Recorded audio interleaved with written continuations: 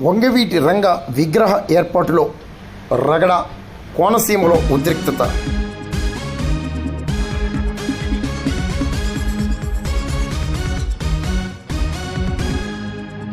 Doctor BR Ambedkar Konaseema జిల్లా సకినేటిపల్లి మండలం అంతర్వేదిలో వంగవీటి రంగ విగ్రహ ఏర్పాటులో రగడ ఏర్పడింది.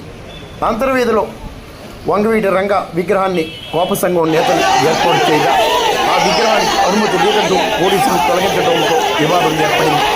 పంచాయతీ నుంచి పర్మిషన్ ఉందంటూ కోప సంఘాలు ఆగ్రహం వ్యక్తం చేశాయి.